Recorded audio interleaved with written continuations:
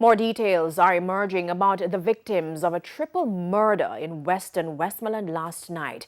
The killings have left a community distraught, at least 5 children without a father, and an official pleading for answers. Herman Green reports. Less than 24 hours after the sound of gunfire pierced the night air in Crowder, Grange Hill, Westmoreland, residents are still in shock.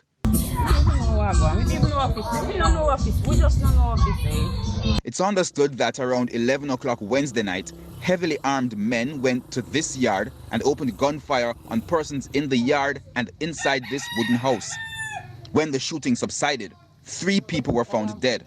21-year-old Christopher Scott and 28-year-old Akeem Bent were found inside the house, while 36-year-old Chriselle Hudson was found outside. Hudson's sister, Avia, explains that her brother's death is especially hard for his children. There is no word to describe how I feel about my brother and losing a good brother. A brother that I've never ever mixed in anything, hardworking, that leave 5 children. How are those kids are going to cope knowing that they are losing their father at such a tender age? The eldest of the 5 children is 17.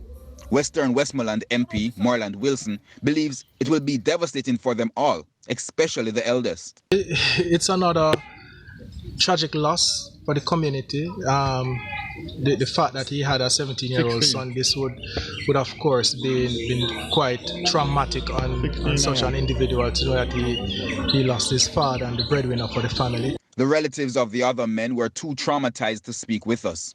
Up to news time, the police still hadn't determined a motive for the murders. Mr. Wilson is, however, urging the cops to act quickly. I would want to say to the police to put whatever resources you have available to put quick closure to this.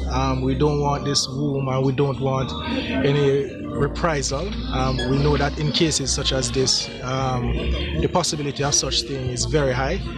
So it's unfortunate that his son has now lost